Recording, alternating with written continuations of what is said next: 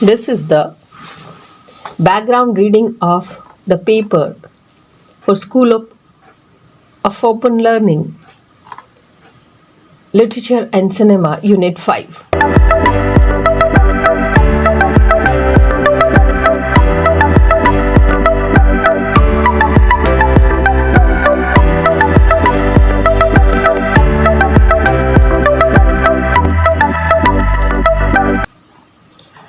In this audio, you will listen about Madhav Prasad, Rajni Majumdar, and many more questions for examination. Let us start.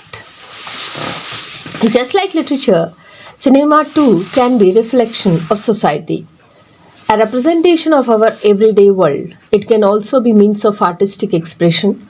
Moreover, in a country like India, where vast multitudes of the population still remains uneducated and illiterate, a medium like cinema has a wider reach than literature. This makes cinema a powerful medium of culture expression which not only represents our society but also actively intervenes in our everyday reality. It influences the way people behave, talk, dress, socialize, and navigate the world around themselves. This influence is a part due to the idealization of the star and celebrities that cinema creates. Further, we know that the Hindi film industry is one of the largest film industries in the world due to the large scale of its operations and the high number of films it produces. Nevertheless, India also has many vibrant, thriving, and successful film industries in dozens of different Indian languages. Given all pervasive reach of cinema as a medium in the lives of people through advertisement, news, television shows, apart from film themselves, its importance not merely an entertainment but as a vehicle of creating public opinion becomes an important field of study. Most commercial films are fictional text telling a certain narrative with the identifiable literary elements of plot, thoughtful characterization, and themes. Many times, cinema borrows from literature by adapting existing fictional narratives from the rich literary traditions available within India as well as world. Thus, the students of literature, we must investigate the relationship between literature and cinema in the Indian context. Both of these forms have similar and overlapping functions like entertainment, reflection on society, making political remarks, consolidating mass culture, etc. These two modes of artistic and cultural expression interact with each other in the public domain, an interaction which has far-reaching impact on our society. Hence, here we shall look at a certain facts of Hindi cinema, focusing on some of its early guiding principles and the change occurring over the course of time. We shall also study its impact on our modern and identity through the theoretical premises but put forward by two of the most fundamental schools of Indian cinema, namely Madhav Prasad and Rajni Majumdar. What we are going to do in this unit? We are trying to understand the history and development of cinema. We are trying to understand the different kinds of cinema and their political functions. We are trying to find out the modern thought in changing form of cinema. Let's talk about Madhav Prasad. M. Madhav Prasad is an eminent scholar of cinema and a culture theorist. He is a professor at the Department of Culture Studies in the English and Foreign Language University in Hyderabad. Apart from various path-breaking articles and research papers, Prasad has written two books, namely Ideology of Hindi Film, Historical Construction, and a Cine Politics, Film Star and Political Existence in South India, 2014. As an evident from the subject of his books, Prasad extensively deals with cinema and mass culture in India, has been instrumental in rethinking in the academic study of cinema in India.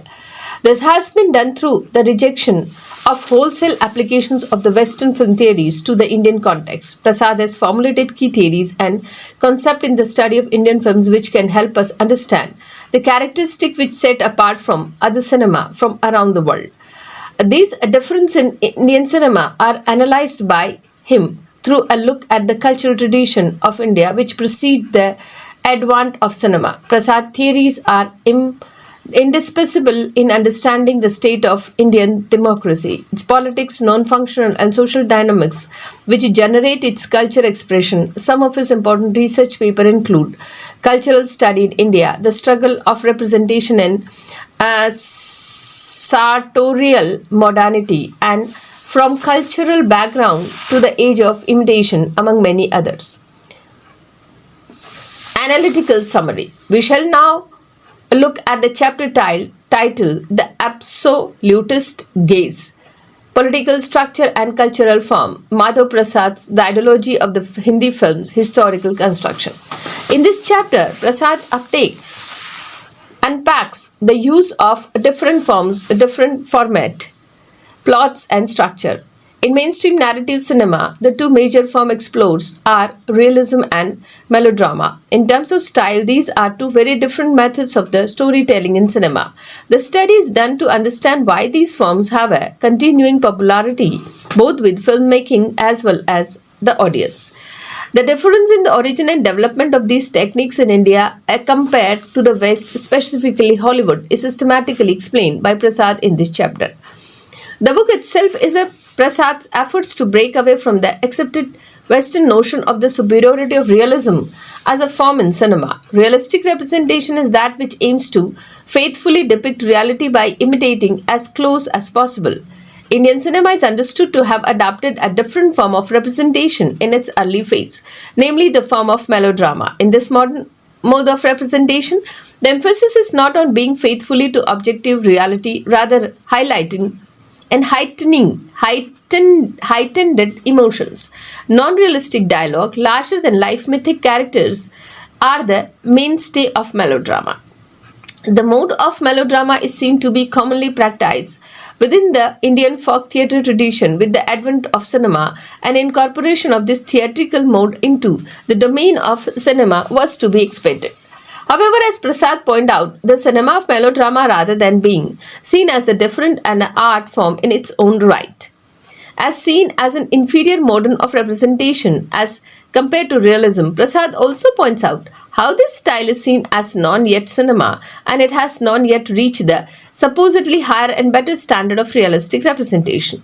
This preconceived and unjustifiable superiority of realistic cinema as opposed to melodramatic cinema is understood as emerging from the superiority ascribed to the cinema of the West, specifically Hollywood cinema.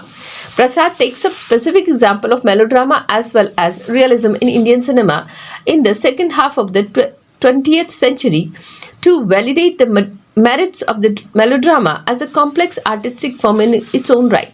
This form was dissects to understand the political and social function in its performing. Within this knowledge, we realize how cinema of melodrama is not to be seen as a lesser, not yet there version of realistic cinema, but a distinct style in its own right.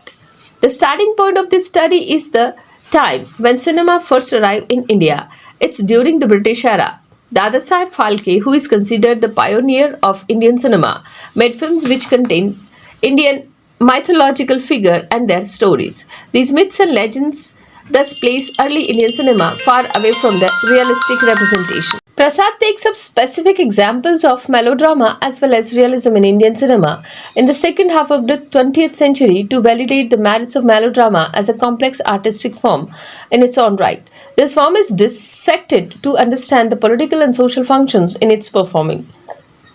Within this knowledge, we realize how the cinema of melodrama is not to be seen as a lesser, not yet their version of realistic cinema, but a distinct style in its own right. The starting point of this study is the time when cinema first arrived in India. It's during the British era. Dadasaheb Phalke, who is considered the pioneer of an Indian cinema, made films which contain Indian mythological figures and their stories. These myths and legends thus place early Indian cinema far away from the realistic representation that was being used for its West. This was also intentional, perhaps, as there has already begun a move towards nationalism and freedom from the foreign rule. Hence, cinema too came to be seen as another means of fashioning a self-identity for the nation which would not be subordinate to its colonizers' traditions. The need to carve out an authentic indigenous identity of oneself as a distinct form. The colonial oppressors was a concern for many of the newly formed and newly independent nation like India. This need was at times fulfilled by the use of passive revolution, a term formulated by the Antonio Gramsci. So remember this term, passive revolution, and this is formulated by Antonio Gramsci. We will talk about Antonio Gramsci later on also. Okay, so this passive revolution, as was termed by Antonio Gramsci in his notes on Italian history, to explain the steady march of the capitalism from the primary capitalist state to the other countries. This phenomenon of passive revolution is further utilized by Partha Chatterjee to understand the growth idea of nationhood within newly independent countries. Chatterjee interprets Gramsci's idea of how a long drawn out war, like the passive revolution, is more favored by the state machineries in the modern era than a confrontational battle or war which is fought over a smaller time period. The aim is the transfer of the power from the erstwhile colonial power to the elites of the indigenous population, the bourgeois.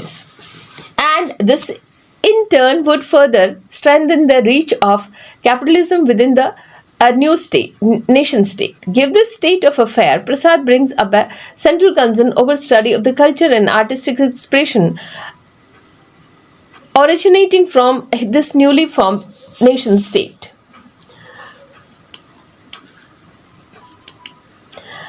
And I quote, the thesis that passive revolution is the characteristic mode of transition to and further development of past colonial notion state enables us to retain a dialectical approach to the question of the national autonomy slash dependency.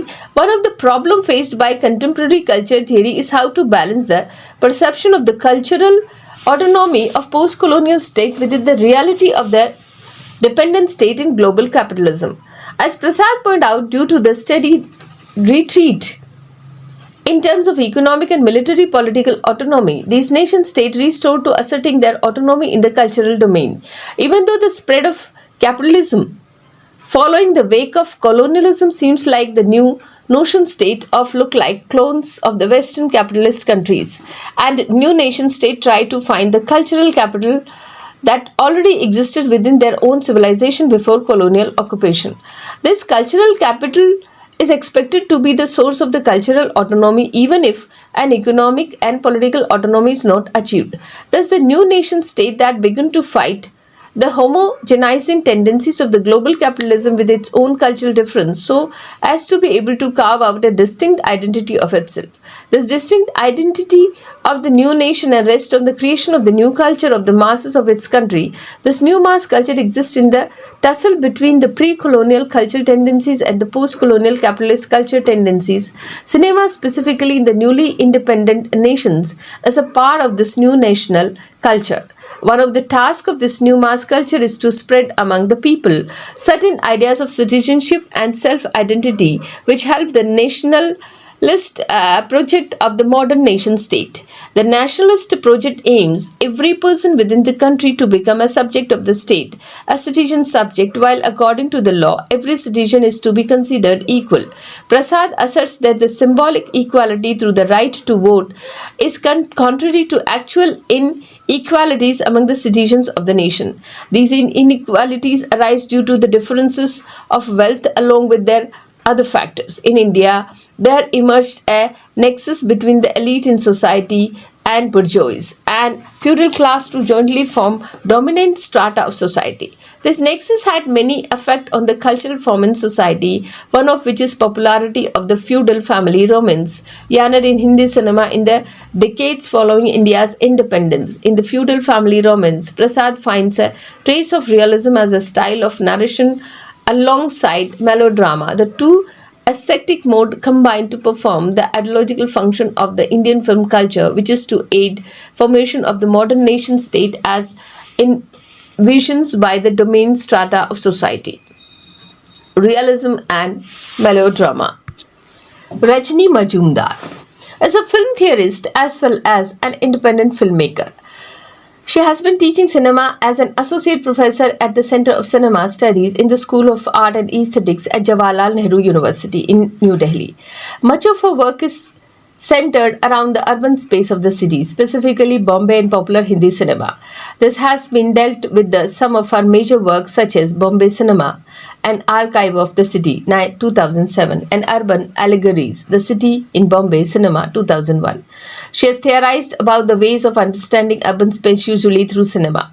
Her theories delve into how space has been captured in cinema, not just through mainstream narrative cinema, but also through documentary and non-fictional films.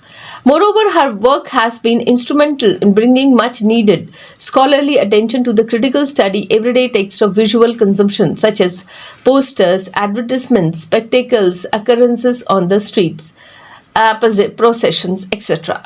The trajectory that popular Hindi cinema has taken from its independence to the present moment as a modern nation state in the 21st century has also been studied by Majumdar. She has explored the existence of people as they navigate public space in modern India.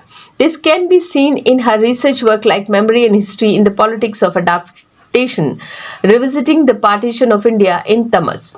The Bombay film poster, The Journey from the Street to the Museum, and Spectacles and Death in the Archive of Bombay Cinema, amongst others. Analytical summary. Now we all shall see critical study the chapter Gangland Bombay from Majumdar's book titled Bombay Cinema, an Archive of the City.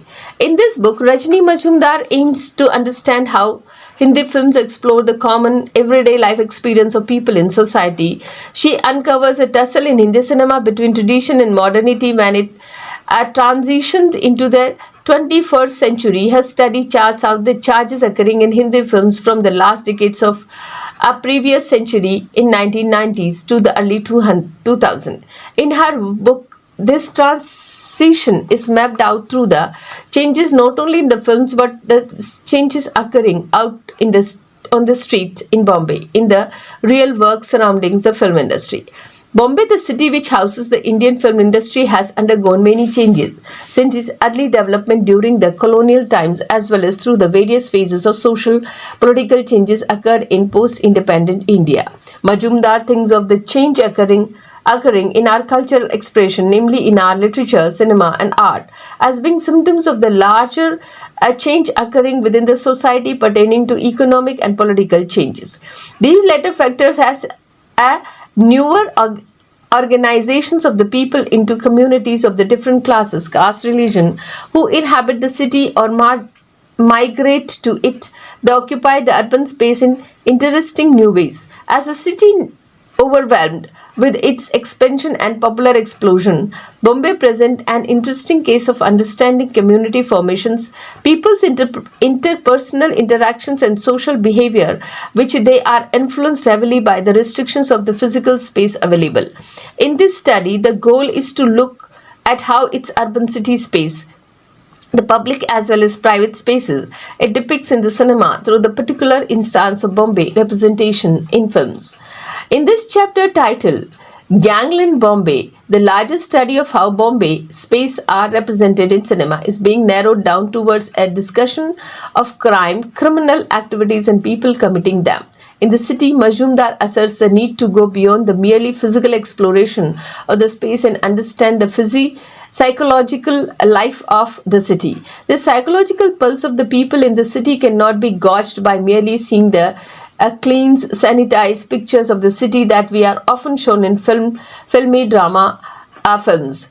One must go beyond the glamorous and picturesque image of the city in mainstream films, which use the city merely as a backdrop to a story of a romance rather than treating it as a character in itself. To mitigate this, Mazumdar looks at the representation of the Bombay and the lives of its common and marginalized people through gangster films. Here, the city is not picturesque but the rather place of ruin and evoke of a sense of despair, crisis, and decay. The study explains how the underworld depicts the films about Bombay has acquired the status of mythology. There is a correspondence between the cinematic representation and the real life cinema and criminals within the city. These representations of the gangsters in the film differ vastly from the accounts of their lives given by journalists and writers. The mythological aspects emerge when film build up on a real-life gangster of the Bombay and take up the facts about their life and add a psychological dimension and create narrative around them.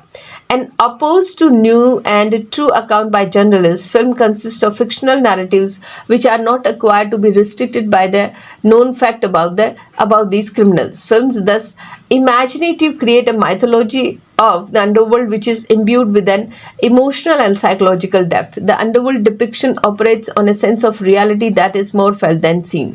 The news accounts of the murder, extortion and smuggling, etc. conveys to the viewers that the underworld is hidden in the pain path in every fabric of everyday life in Bombay. This experience of the city's experience of the gangland, Majumdar studies three landmark gangsters, genre films like Parinda 1989, Satya 1999 and The Company 2002 to explore the gangland. Through the issues of the masculinity and the idea of the new urban community, these films, the attempt is to understand both emotionally and spatially a hidden life of the city. Gangster films such as Yanar have featured which range from, and I quote, an exploration of the tradition of modernity in a politics of the urban space to the individual's role and struggle in the modern world. The street is usually the primary site of the narrative action in gangster films because it symbolizes freedom from home and enables constant movement and liberation from the claustrophobia of restricted and controlled urban space. Transgressing or breaking boundaries of moving across space and social hierarchies is seen as a masculine impulse to have power and control, which is another mainstay of gangster films. These films are usually located within the city space, usually mega cities, metropolitans, a practice common to this genre across the world. This is owing to the illegal flow of the cash and organized crime syndicate. The circuits thriving in these international monetary hubs. Majumdar traces the specific historical conditions of the rise of organized cinema in Bombay in changing urban conditions from 1960s onward to unemployment, decline of textile mill, the rise of new political parties and subsequent Bombay blast, riots and rising communal tension. The steadily rising out of the technology, digital apparatus and surveillance also change the urban landscape. This is turn change the functions of the crime syndicate and consolidate the global network of crime, a change documented through the film taken up for study here. Parinda. Parinda is the story of two orphaned brothers, the younger of whom Karan, Anil Kapoor, is given a good life, while the elder Kishan, Jackie Shroff, has sustained them by joining the world of crime. Karan and Paro, Madhuri Dixit, have loved each other since childhood. The film begins with a conflict. Paro's brother, Anupam Kher, is murdered by Anna's, Nana Patekar's man, for whom Kishan works. The narrative of Parinda is regularly interpreted with the death of both peripheral and central character of the film, leading up to the massacre of climax. Parinda fragments the species of it depicts, accentuating the feeling of claustrophobia. The overwhelming visual darkness repeatedly shown within the film further creates a sense of uncanny, of impending doom. Many of these scenes occur at night, interiors are dark, lit up, and moreover, there is not the usual riot of the color, reminiscent of the family romance common within Hindi films. Except Paro's brother, who is executed early in the film, each of the male figures commanding the films are shown to be morally fallible. Even Karan, the innocent brother, takes up deceit and commits murder to avenge Paro's brother when the laws of the land fails to provide justice. In a repetitive shown of the murder What emerged is an accelerated frenzy, madness, and cold-blooded cruelty in the psyche of the characters. Anna thought its intermittent outburst personifies this madness and frenzy in its purest form. The fragmentary nature of the film is visible not just in the frequent cuts and interpretation scenes but also how the character's past is narrated. We only even see snippets of the discontinuous scene from the past, which are not subsequently narrated but are interspersed haphazardly throughout the film. The use of Einstein's Montague style further the fragmentation of the action space and narrations in the film. The violence in Parinda is performed in the public space, sometimes even in broad daylight. This violence spills over into the private spaces of the characters as well. We see how a Paro and Karan never allowed to enclose themselves in a safe space of the world, love and domesticity without being invaded and interrupted. The culmination of this uncanny invasion is when they are shot death in a long round of gun firing by Anna and his man, while Karan and Paro are engaged in lovemaking on their wedding night. Other methods like loud noise, be it of gunshot or doorbells, also certainly interpret private spaces of friendship and brotherhood which are then exposed to violence. The famous landmark of the Bombay became backdrop, darkness and violence. Any respite from the uncanny city and its violence remains impossible. Homes for Kishan and Karan is their village. Karan is on the way on his village with Paro after they are married. A marriage conducted privately with urgency. But we never see this village as the couple does not escape the city alive. The image of the village are not even slipped into in the sequence of the children's past.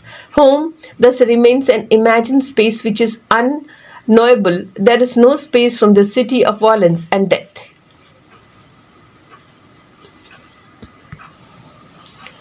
Parinda is the story of two orphan brothers, the younger of whom, Karan, Anil Kapoor, is given a good life while elder Kishan Jackie Shroff has sustained by doing the world of crime. The story we has already studied. Now let's come to the another film, Satya. Anurag Kashyap was the script writer of this film, directed by Ram Gopal Verma. The pivotal character Satya, J.D. Chakravarti, is strikingly pastless. He's an orphan introduced to us by the disembodied narrational voice. At the point at which he enters in the city Bombay, we are told nothing about the life before this moment. This following events when his lover Vidya, Urmila Matondkar, and his closest friend Bhikkhu, Manoj Bajpayee, asking about her past. Moreover, for the other characters, we never find reasoning behind how they come to be leading the life they live. These are only hinted at. For instance, these are the only hint at the instance the descript father of Vidya or the anecdotal reference of Bahu, the gang lord come politician protection of Bhikkhu. The past background stories as an explanation and the justification for the character's story is eliminating from this gangster narrative. Here, too, we find continuing desire for safety, peace, love, and domesticity among the characters, and the fulfillment of this desire is repeatedly interrupted. Sometimes it even seems within each reach of the character only to elide them again. For instance, the domestic harmony and romance of Bhikkhu and his wife is interrupted by his repeated arrest or his gang duties. And also Satya hopes for building a home with Vidya are dashed when he is hunted down by the police. This climate catastrophic events of Satya pursued by the police comes to wake of gang war and death of most of the gang members.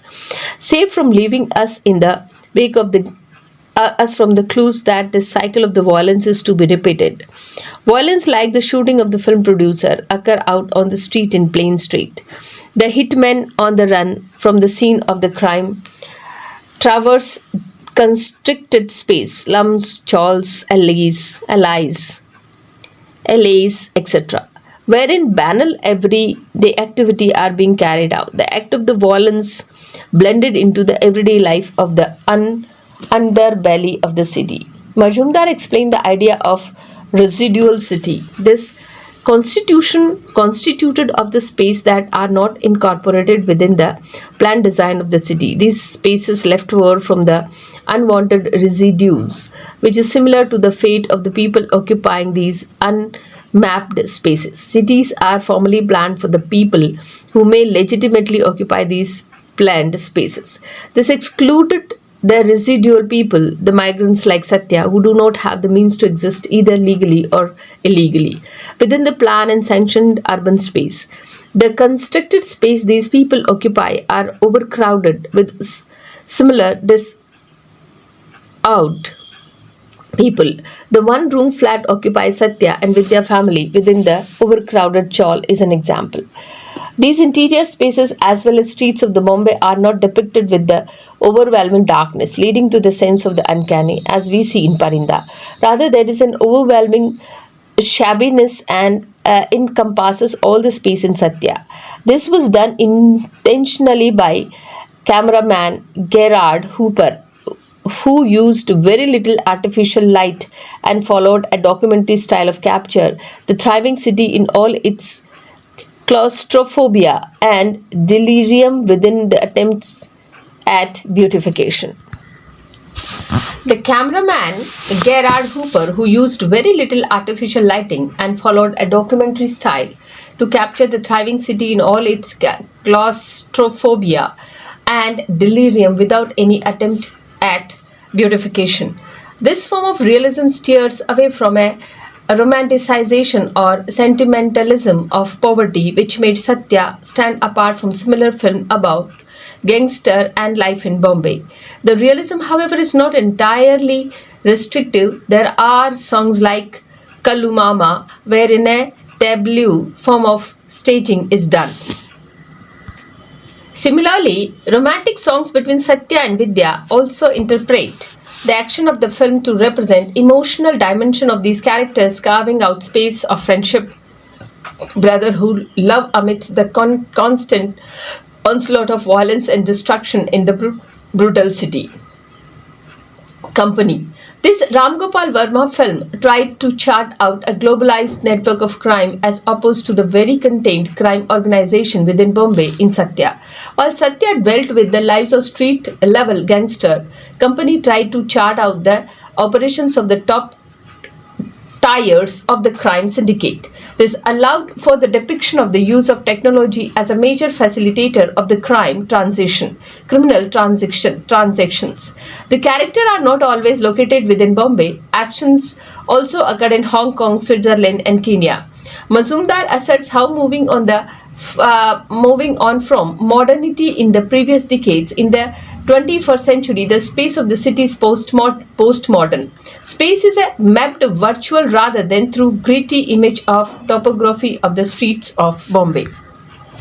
The high status of characters allowed for more of well-lit, flashy interiors like expensive hotels, cars, airports, etc. in this film as opposed to the shabbiness of the garbage-ridden space in Satya. The film is inspired by the real rivalry between Daud Ibrahim and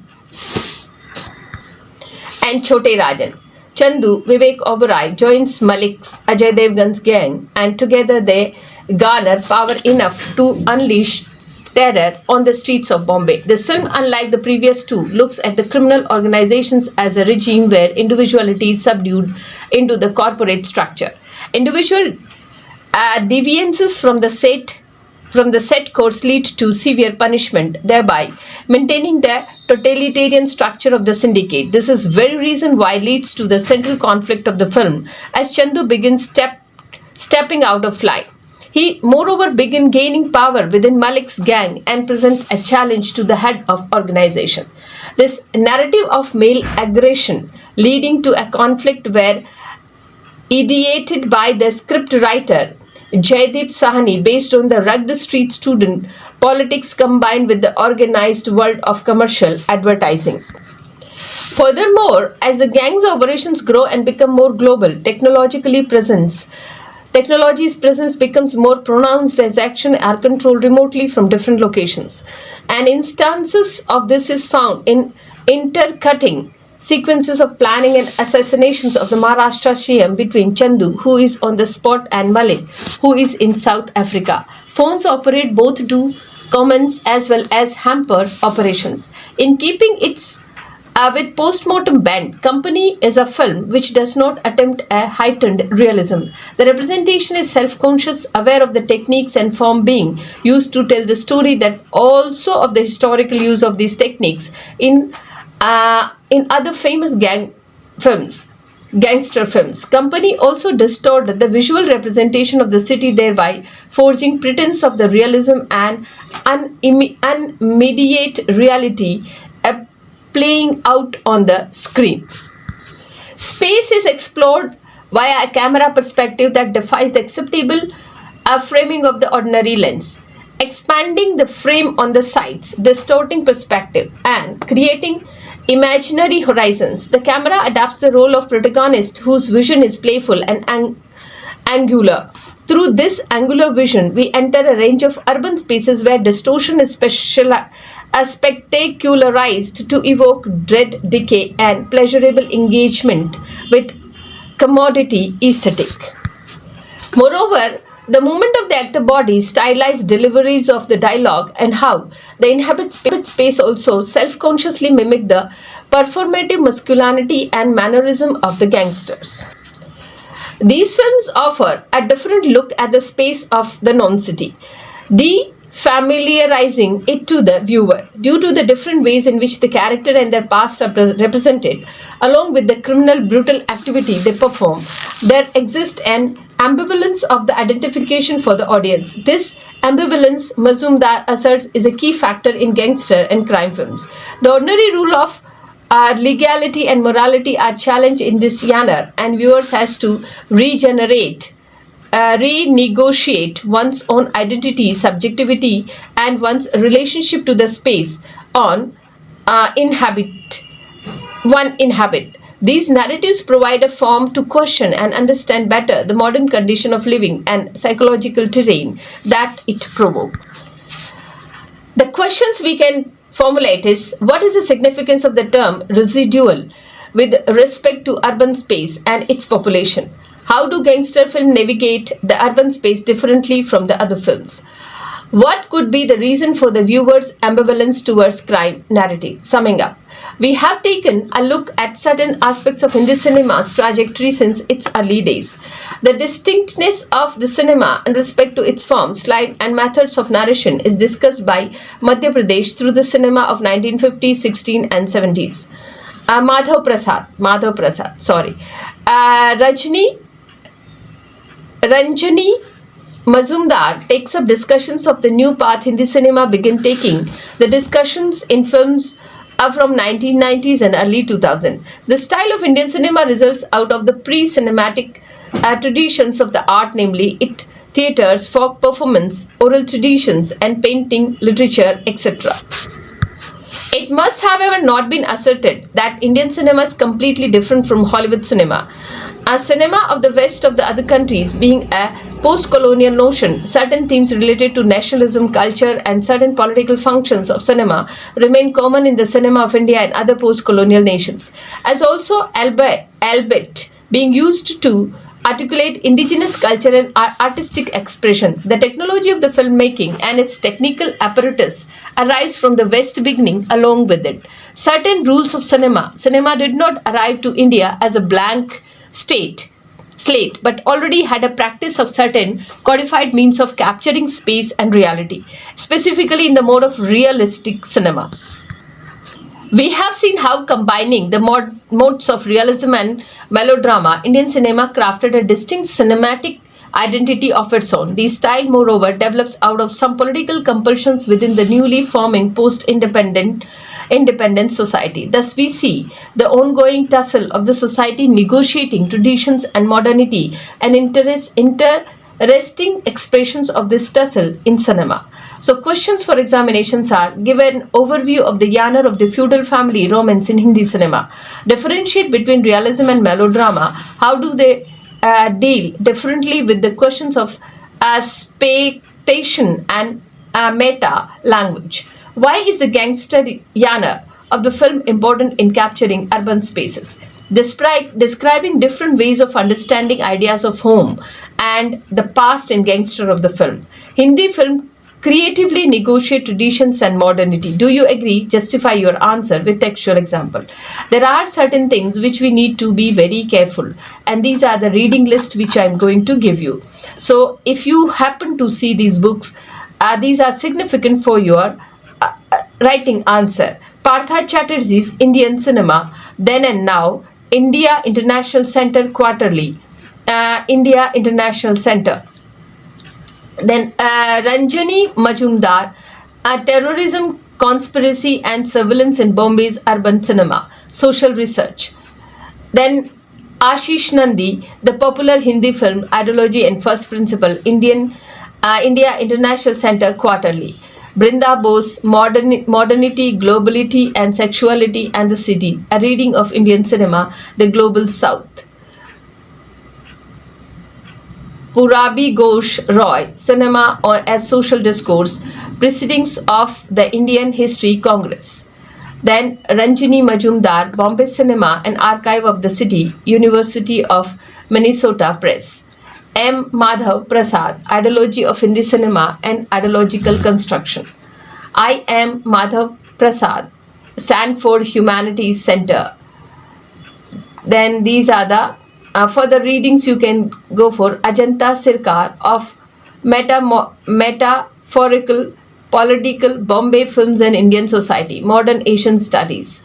Then Vishnu Priya Ghosh, The Security Aesthetic in Bombay Bollywood High-Rise Horror Representation.